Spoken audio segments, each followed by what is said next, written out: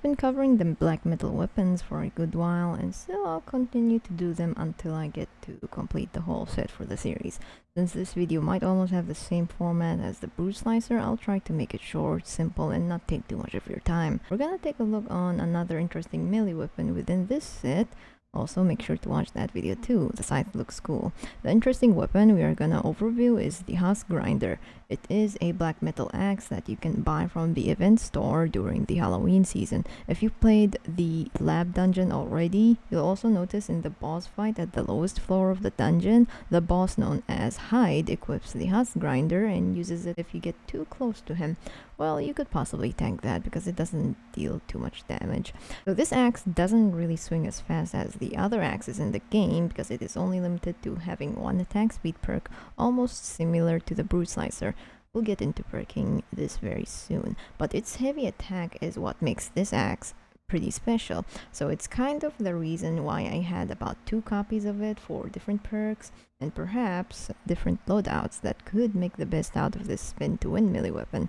And what I mean by that, it performs very identical as the Killjoy and the Steam Thrasher. At this point, I can show 2 builds for this HUSK grinder for 2 purposes. One is definitely a regular crit build and another is purely focused on the heavy attack and high critical damage. I'll start off with this one. The 6th perk has the damage based on health lost by stunning and knocking back, in which the HUSK grinder doesn't really have that much of an impact to push off HUSK to activate that, but perhaps maybe if you upgrade its path to Sunbeam, you could increase that threshold by a little and it might work things out. It has 1 attack speed perk as stated before. It can only have 1 unfortunately, crit rating and crit damage and 80% bonus damage based on lost health. If you prefer double overall damage over crit coverage, you can possibly do that on both of these perk slots, and if you want this to be more focused on the heavy attack by a little, you can add efficiency on the 5th perk slot. That also works perfectly fine, so as long as it deals the damage you need as a regular build.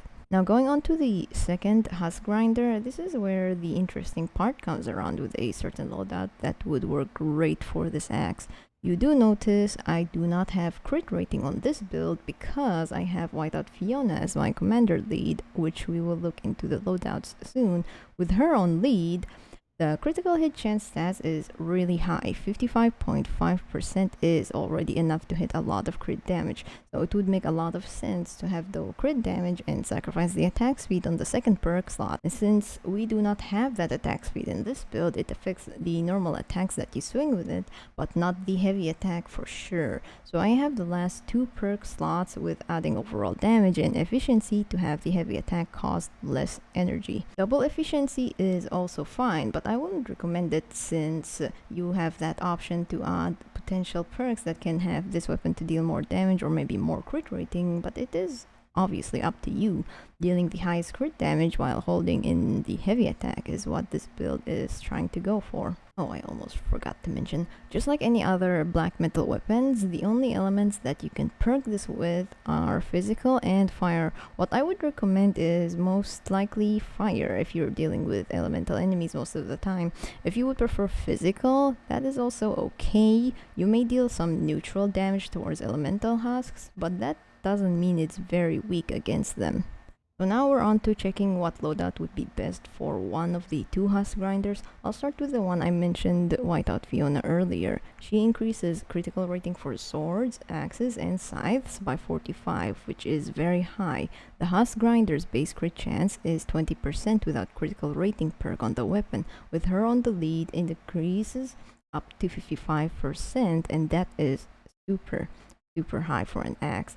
The team perk for this loadout is gonna be totally rocking out to increase the crit rating a lot more than just having the commander lead to do all the work, and is also your healing source.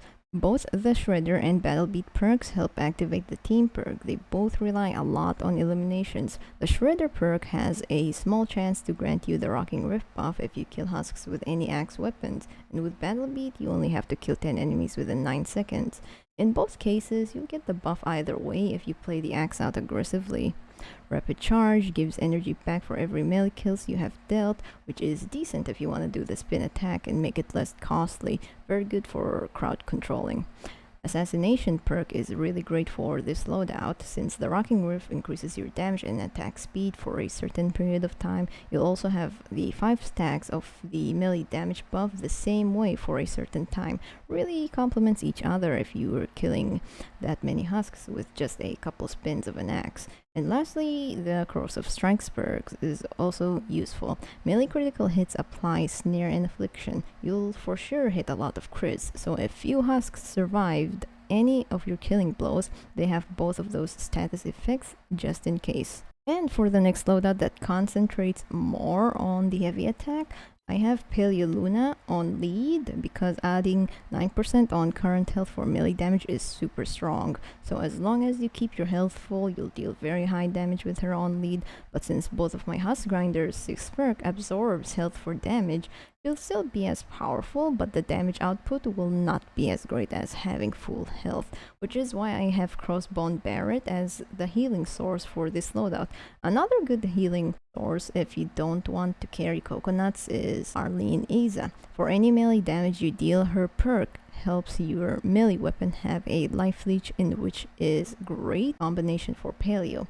But for now, I personally prefer coconuts. Or if you prefer another hero as a commander lead instead of worrying about Paleo's perk, you can also have Whiteout Fiona still, or Anti-Cuddle Sarah for more energy regeneration every melee kills. That counts with the heavy attack as well. Anyway, we have Blast from the Past as our team perk for this loadout, Saurian Focus and Saurian Hide to activate the team perk. The Focus one regenerates 4 energy per second as long as you don't have shield. Almost the same thing with Hide, but it gives you added armor instead of energy.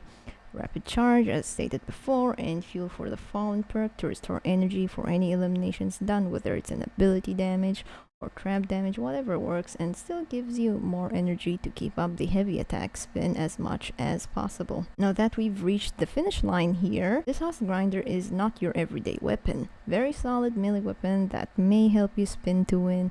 I even took a look on this weapon's base damage, and oh boy, 98 base damage, very close to be 3 digits, beating out the Killjoy but overpowered by the Steam Thrasher. But still, very fun weapon.